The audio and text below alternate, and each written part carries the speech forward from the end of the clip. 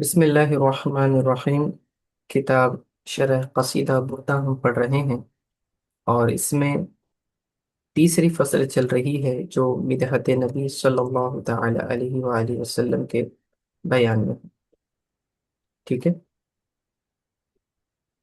تو آئیے اس شعر کو پڑھتے ہیں۔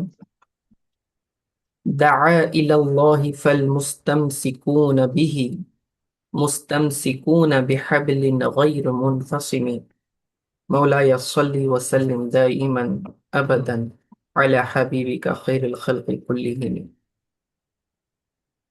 اس شعر میں فرماتے ہیں کہ دعا رسول اللہ صلی اللہ علیہ وآلہ وسلم نے بلایا۔ دعا کا معنی بلانا، دعوت دینا۔ ٹھیک ہے، تو رسول اللہ صلی اللہ علیہ وآلہ وسلم نے اللہ کے دین کی دعوت دی، بس لوگوں نے اس کو تھام لیا تو وہ ایسے تھام تو وہ نہ ٹوٹنے والی رسی کو تھام لینے والے بن گئے۔ یہاں آقا علیہ الصلوۃ والسلام کے دعوتی پہلو کو اجاگر کیا گیا ہے۔ شاعر محترم فرماتے ہیں کہ رسول پاک صلی اللہ تعالی علیہ وآلہ وسلم کو اللہ رب العزت نے داعی بنا کر بھیجا تھا، اور سورہ احزاب میں جس کا ذکر فرمایا وَدَاعِيًا إِلَى اللَّهِ بِإِذْنِهِ وَسِرَاجًا مُنِيرًا، کہ اس کی اجازت سے اللہ کی طرف بلانے والا اور روشن چراغ بنا کر بھیجا۔ تو رسول اللہ صلی اللہ علیہ وسلم دین کی دعوت دینے والے داعی ٹھہرے۔ اور دعوت کس طرح دیتے تھے؟ آقا علیہ الصلوۃ والسلام جب دین کی باتیں سکھاتے تو بھلائی اور برائی میں تمییز فرماتے، اسی طرح حق اور باطل کے درمیان فرق کو واضح کرتے، تعلیمات اسلامیہ سے جو دل سیاہ ہو چکے ہیں ان کو منور فرماتے، احکام شریعہ کے پیچیدہ مسائل کا حل فرماتے، ہر عمل میں حکمت اور نصیحت کو اپناتے، جیسا کہ اللہ تعالیٰ نے دعوت کا طریقہ قرآن میں سکھایا ادعو الی سبیل ربک بالحکمہ والموعظۃ الحسنہ، کہ اے محمد صلی اللہ علیہ وآلہ وسلم اپنے رب کے راستے کی طرف حکمت اور اچھی نصیحت کے ذریعے بلائیے۔ تو دیکھا آپ نے، رسول اللہ صلی اللہ تعالی علیہ وآلہ وسلم کو اللہ رب العزت نے داعی بنا کر بھیجا اور دعوت کا طریقہ بھی بتلا دیا۔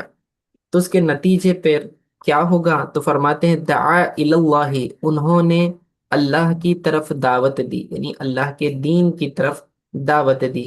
فالمستمسکون به، تو لوگوں نے اسے تھام لیا۔ استمسک، یستمسک کا معنی ہوتا ہے کسی چیز کو مضبوطی سے پکڑ لینا، تو انہوں نے اسے تھام لیا۔ کس نے تھام لیا؟ یعنی جس نے بھی رسول اللہ صلی اللہ علیہ وسلم کی دعوت کو سنا اور اسے قبول کیا تو اس نے مضبوطی سے اسے تھام لیا، یعنی اس پر جمع رہا۔ مستمسکون بحبل غیر منفصم، فرماتے ہیں کہ جن لوگوں نے اسے تھام لیا ہے وہ ایسے ہیں گویا کہ وہ ایسی رسی کو پکڑنے والے ہیں جو کبھی نہ ٹوٹنے والی ہے۔ غیر منفصم یعنی کبھی نہ ٹوٹنے والی۔ حبل کا معنی ہوتا ہے رسی، تو مستمسکون وہ ایسے پکڑنے والے ہیں، ایسے تھامنے والے ہیں رسی کو، غیر منفصمی جو کبھی نہ ٹوٹنے والی ہے۔ اللہ تعالیٰ نے قرآن میں فرمایا کہ فَمَن يَكْفُرْ بِالطَّاغُوتِ وَيُؤْمِن بِاللَّهِ فَقَدِ اسْتَمْسَكَ بِالْعُرْوَةِ الْوُثْقَىٰ لَا انفصام لَهَا۔ تو یہاں دونوں لفظ استعمال ہوئے ہیں کہ مستمسکون، استمسکا اور انفصام۔ تو اللہ فرماتا ہے جو شیطان کو جھٹلاتا ہے اور خدائے رحمان پر ایمان لاتا ہے تو گویا وہ نہ ٹوٹنے والی مضبوط رسی کو تھام لیا۔ ٹھیک ہے، تو انہی آیات کی طرف اس شعر میں اشارہ ہے۔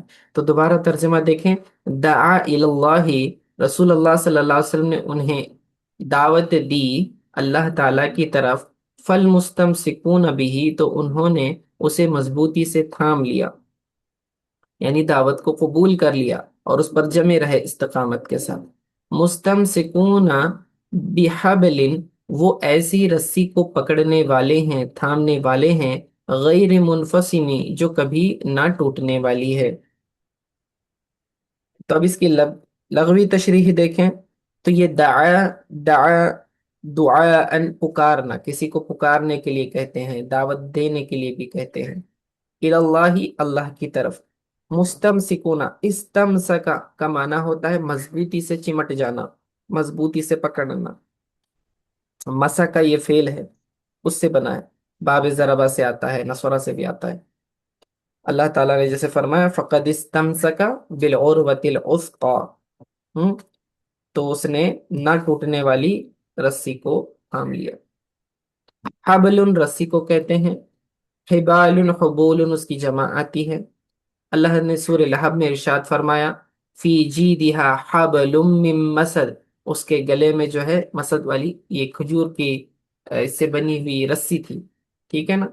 یہ ابو لہب کی بیوی کے بارے میں فرمایا تو حبل۔ اور اسی طرح قرآن میں وَاعْتَصِمُوا بِحَبْلِ اللَّهِ جَمِيعًا، کہ اللہ رب العزت کی رسی کو مضبوطی سے تھام لو، وہاں بھی لفظ حبل کا استعمال ہوا ہے۔ منفصم، انفصام کا معنی ہوتا ہے کاٹنا، منفصم کٹی ہوئی، ٹوٹی ہوئی۔ لن فسام لہا، جیسے اللہ نے فرمایا کہ وہ نہ ٹوٹنے والی رسی ہے، ٹھیک ہے۔ اگلا شعر دیکھیں، فاق النبیین فی خلق وفی خلق ولم يدانوه في علم ولا كرم مولاي صل وسلم دائما ابدا على حبیبک خیر الخلق كلهم۔ فرماتے ہیں کہ آپ صلی اللہ علیہ وآلہ وسلم نے صورت اور اخلاق میں تمام انبیاء پر فوقیت حاصل کی ہے، وہ علم و معرفت اور جود و سخا میں آپ کے قریب بھی نہیں آ سکتے۔ اب یہاں پر رسول اللہ صلی اللہ علیہ وآلہ وسلم کا مرتبہ دیگر انبیاء سے کتنا بلند ہے، اس کو بتلانا چاہ رہے ہیں کہ رسول پاک صلی اللہ تعالی علیہ وسلم تمام انبیاء میں سب سے بلند ہیں، اخلاق کے اعتبار سے بھی، خلقت کے اعتبار سے بھی، یعنی ظاہری شکل و صورت کے اعتبار سے بھی، اور باطنی سیرت اور اخلاق کے اعتبار سے بھی آقا علیہ الصلوۃ والسلام سب سے زیادہ بلند و بالا ذات ہیں۔ اس میں کوئی شک نہیں، کیونکہ آپ سید المرسلین ہیں، سردار ہیں، نبیوں کے سردار، اور جو نبیوں کا سردار ہے اسے دیگر نبیوں سے اعلیٰ ہی ہونا چاہیے۔ یہ بات اور ہے کہ ہر نبی کو اللہ تعالیٰ نے بعض خصوصیات دی ہیں، مخصوص فضائل سے نوازا ہوا ہے۔ تلک الرسول فضلنا بعضهم علی بعض، اللہ فرماتا ہے بعض انبیاء کو ہم نے بعض پر فضیلت بخشی، لیکن رسول اللہ صلی اللہ علیہ وآلہ وسلم کا کوئی مد مقابل نہیں ہو سکتا، ہمسر یعنی برابر بھی نہیں ہو سکتا۔ ملا علی قاری رحمۃ اللہ علیہ فرماتے ہیں کہ وہ تمام احادیث جو رسول اکرم صلی اللہ علیہ وآلہ وسلم کی صورت خلقت کے بارے میں آئی ہیں، وہ کامل سٹرکچر، کامل ساخت پر دلالت کرتی ہیں، لہٰذا کہا گیا ہے کہ ایمان کامل اسی وقت ہو سکتا ہے جب تک کہ یہ عقیدہ نہ ہو کہ جو ظاہری خصوصیات اور باطنی کمالات سے رسول اللہ صلی اللہ علیہ وسلم کا بدن مبارک پر ہے، وہ کسی اور مخلوق میں نہیں ہو سکتا۔ جب تک ہم یہ نہیں مانیں گے تب تک کامل ایمان والے نہیں بنیں گے، ٹھیک ہے۔ اور آپ کا چہرہ ایسا منور، ایسا روشن تھا، پیارا چہرہ تھا کہ آپ کو دیکھتے ہی لوگ ان کے گرویدہ ہو جایا کرتے تھے، بڑے ہی حسین و جمیل چہرہ تھا۔ جیسا کہ حضرت حسان بن ثابت رضی اللہ تعالی عنہ جب آقا علیہ الصلوۃ والسلام کی چہرے کی تعریف فرماتے ہیں تو بدر کامل سے تشبیہ دیتے ہیں، اور فرماتے ہیں کہ آپ جو ہیں بدر کامل سے بھی زیادہ منور چہرے والے ہیں۔ ہوں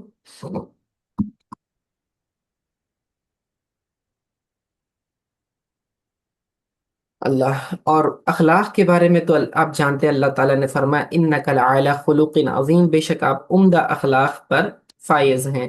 تو یہاں پھر شاعر محترم فرماتے ہیں فاقہ، آپ بلند ہوئے، النبیین تمام نبیوں پر، تمام نبیوں پر آپ نے فوقیت حاصل کی۔ کس اعتبار سے؟ فی خلق، خلق یعنی ظاہری بناوٹ کو کہتے ہیں، ٹھیک ہے۔ تو آپ کی خلقت کے اعتبار سے بھی، وفی خلق، اور آپ کی اخلاق کے اعتبار سے بھی۔ خلق کا معنی پیدا کرنا بھی ہوتا ہے، اور خلق کا معنی عدم سے وجود میں بھی لانا ہوتا ہے۔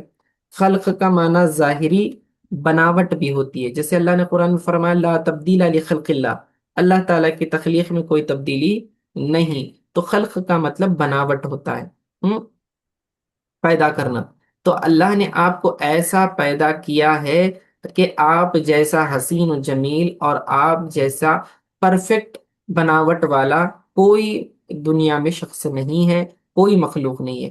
وفی خلق، اور اخلاق میں بھی جو ہے آپ علیہ الصلاۃ والسلام سے افضل کوئی نہیں ہے۔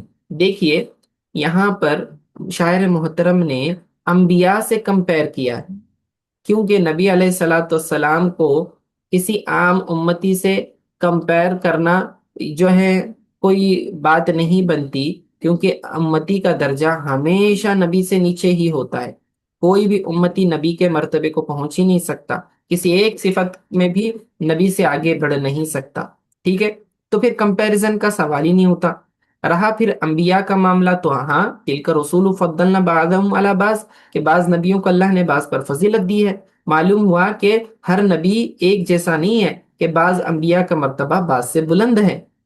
یہی بات کو وہ فرما رہے ہیں فاق النبیین، یہ تمام نبیوں پر فوقیت لے گئے ہیں، تمام نبیوں سے آپ بلند ہو گئے ہیں، خلق میں بھی اور خلق میں بھی، ٹھیک ہے؟ اب خلق کا معنی ظاہری بناوٹ ہوا، تو شکل و صورت میں آپ علیہ الصلاۃ والسلام جیسا کوئی نہیں۔ لیکن پھر یہاں یہ سوال اٹھتا ہے کہ حضرت یوسف علیہ السلام کے تعلق سے ان کی خوبصورتی کا ذکر کیا گیا، قرآن نے بھی بتلایا، اور جو مصر کی خواتین تھیں انہوں نے اپنے ہاتھ انگلیاں کاٹ لی تھی۔ تو اب سوال یہ ہے کہ جب حضرت یوسف علیہ السلام کو دیکھ کر انگلیاں مصر کی خواتین کاٹ لیتی تھی، تو رسول اللہ صلی اللہ علیہ وسلم کو دیکھ کر یہ معاملہ کیوں نہیں ہوتا؟ اس پر ماں عائشہ رضی اللہ تعالی عنہا نے سوال کیا آقا علیہ الصلوۃ والسلام سے، تو فرمایا اللہ تعالیٰ نے میرے حسن کو 70 پردوں میں رکھا ہے جی، اگر وہ ظاہر کر دیا جائے تو مخلوق تاب نہیں لا سکتی اس کی، سمجھے؟ یہ میں بتا رہا ہوں۔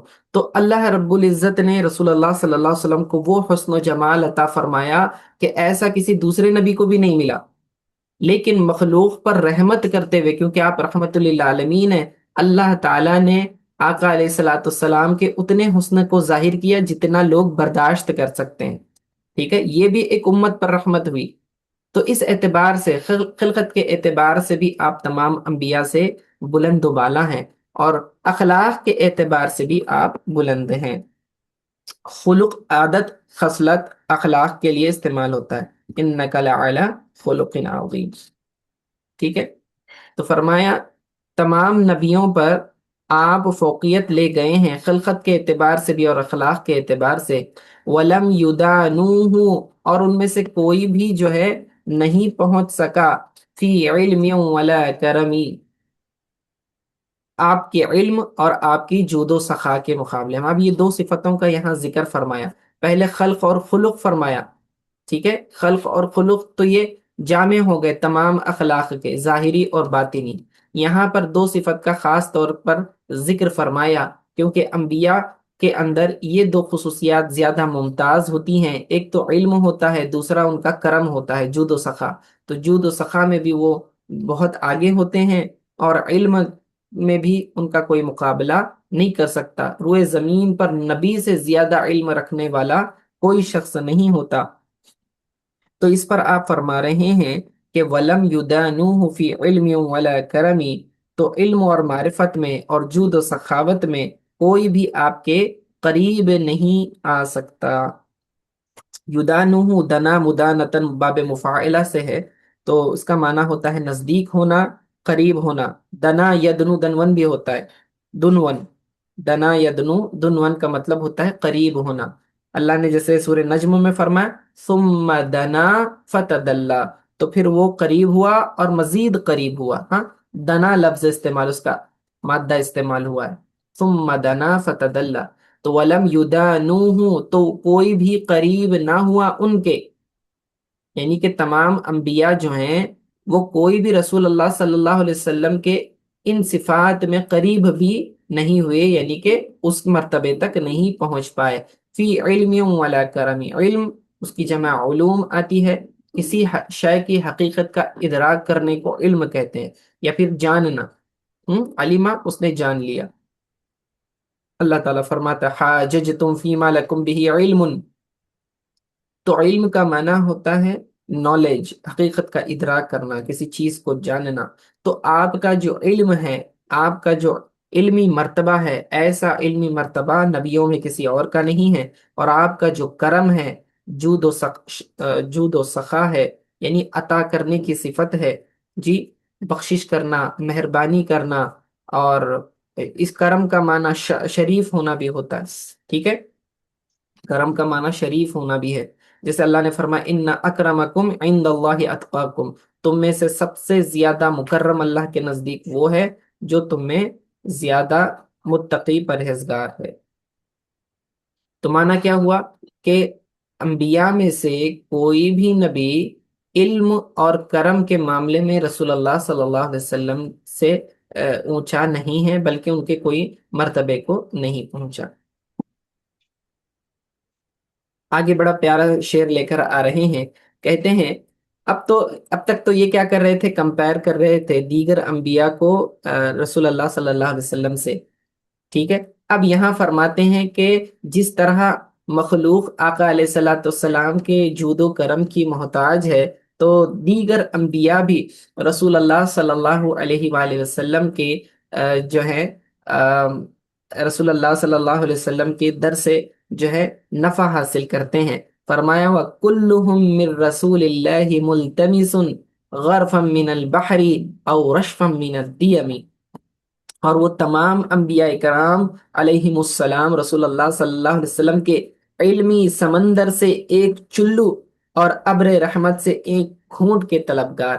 سبحان اللہ، کیسی تعبیرات ہیں! دیکھیے، پہلے فرمایا کہ آپ کے علم اور آپ کی کرم تک کوئی نبی نہیں پہنچ پایا۔ اب انبیاء کا جو معاملہ رسول اللہ صلی اللہ علیہ وسلم کے ساتھ کیا ہے، فرماتے ہیں کہ تمام انبیاء کرام علیہم السلام بارگاہ رسالت صلی اللہ تعالی علیہ وسلم کے فیضان علمی سے مستفیض ہوئے ہیں، ٹھیک ہے؟ بعض پر سبقت لے گئے، لیکن کسی نے علمی سمندری جو رسول اللہ صلی اللہ علیہ وسلم کا جو علم ہے اس کو سمندر سے تشبیہ دے رہے ہیں۔ فرمایا یہ علم کا سمندر ہے، کسی نے اس میں سے ایک چلو بھر لیا تو کسی نے ابر رحمت سے ایک گھونٹ اپنے سینے میں اتار لیا۔ تو یعنی کہ اگر انبیاء کا علم ایک چلو سے تعبیر کر رہے ہیں، جبکہ رسول اللہ صلی اللہ علیہ وسلم کے علم کو پورا سمندر قرار دے رہے ہیں۔ امام قسطلانی نے ایک روایت نقل کی ہے مواہب اللدنیہ میں، فرماتے ہیں بے شک جب اللہ تعالیٰ نے ہمارے نبی محمد صلی اللہ علیہ وآلہ وسلم کے نور کو پیدا کیا تو اس کو حکم دیا کہ انبیاء کی ارواح کی طرف متوجہ ہو، بس اس نے اللہ کی عطا کردہ طاقت سے ان سب کو ڈھانپ لیا۔ یعنی نبی علیہ الصلوۃ والسلام کی نور اقدس نے تمام انبیاء کی روحوں کو ڈھانپ لیا، ٹھیک ہے؟ پھر وہ سب عرض کیے اے پروردگار یہ کس کا نور ہے جس نے ہمیں ڈھانپ لیا ہے؟ تو اللہ تعالی نے فرمایا یہ محمد بن عبداللہ کا نور ہے صلی اللہ علیہ وآلہ وسلم، اگر تم ان پر ایمان لے آؤ گے تو میں تم سب کو نبی بنا دوں گا۔ تو انہوں نے کہا ہم ان پر اور ان کی نبوت پر بھی ایمان لائے۔ تو اللہ تعالیٰ نے کہا میں اس پر تمہارا گواہ ہوں۔ انہوں نے کہا جی ہاں۔ تو یہاں دیکھیے اس روایت سے پتہ چلا کہ انبیاء علیہم السلام کو نبوت سے سرفراز کیا گیا، نبی علیہ السلام پر ایمان لانے اور ان کی نبوت کا اعتراف کرنے کی وجہ سے۔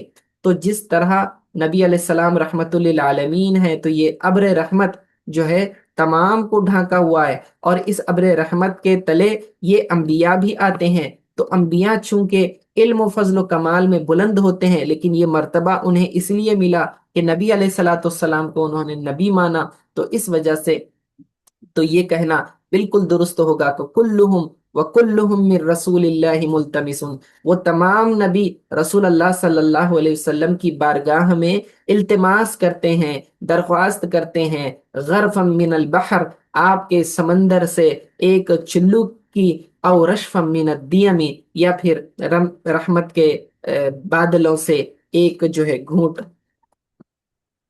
ٹھیک ہے. تو لغوی تشریح دیکھیں. کلہم کلن یعنی ہر ایک فرد کے لیے. ان اللہ علی کل شیء قدیر، بے شک اللہ ہر شے پر قادر ہے. وکلہم یعنی تمام انبیاء. من رسول اللہ، رسول اللہ کا بھیجا ہوا بندہ. ٹھیک ہے. جو پیغام لے کر آتا ہے. لقد جاءکم رسول من انفسکم، اللہ نے فرمایا کہ تحقیق کہ تمہارے پاس ایک رسول آیا تم لوگوں میں سے ہی. ٹھیک ہے. تو اللہ کا بھیجا ہوا پیغام لے کر آنے والا رسول کہلاتا ہے، جو نبی بھی ہوتا ہے. ملتمسن، ہم، التمسا باب افتعال سے. ہم، التماس کا معنی ہوتا ہے طلب کرنا، کسی چیز کو مانگنا. ہم، اور لمس کا معنی ہوتا ہے چھونا. لمس کا معنی ہوتا ہے چھونا. تو التمس کا مطلب ہوتا ہے طلب کرنا. ہم، غرف من البحر، غرف، غرف، غرفن، الماء بیدہ. غرف کا معنی ہوتا ہے اپنے ہاتھوں سے پانی کو لینا، اس کو کہتے ہیں چلو، اردو میں کہتے ہیں چلو. تو اپنے ہاتھوں سے پانی لینا، اس کو عربی میں کہیں گے غرفم، غرفن. ٹھیک ہے. اور اس کی جمع غرفن آتی ہے. ہم؟ سورہ زمر میں اللہ فرماتا ہے من فوقها غرف مبینہ. ٹھیک. بحر سمندر کو کہتے ہیں. جی. رشف، رشف، رشفن، پانی برتن میں جو کچھ ہے سب پی جانا اس کو رشف کہتے ہیں. اور رشف حوض کا تھوڑا سا بچا ہوا پانی، اس کو بھی رشف کہتے ہیں. اور دیم، دیمتن، دیم اس کی جمع آتی ہے لگاتار بارشیں جس میں چمک اور گرج نہ ہو، اس کو کہتے ہیں دیم. ٹھیک ہے. چلیے تو شعر دوبارہ ایک بار پڑھ لیتے ہیں، بہت پیارا ہے. فرماتے ہیں وَكُلُّهُم مِّن رَّسُولِ اللَّهِ مُلْتَمِسٌ، تمام انبیاء رسول اللہ صلی اللہ علیہ وسلم کی بارگاہ سے درخواست کرتے ہیں غرفا من البحر او رشفا من الدیم، کہ انہیں رحمت کے، انہیں علم کے سمندر سے ایک جو ہے چلو مل جائے، یا پھر آپ کی رحمت کے بادلوں سے چند قطرے مل جائیں. ٹھیک ہے. چلیے یہاں پر آج اختتام کر لیتے ہیں. وآخر دعوانا ان الحمد للہ رب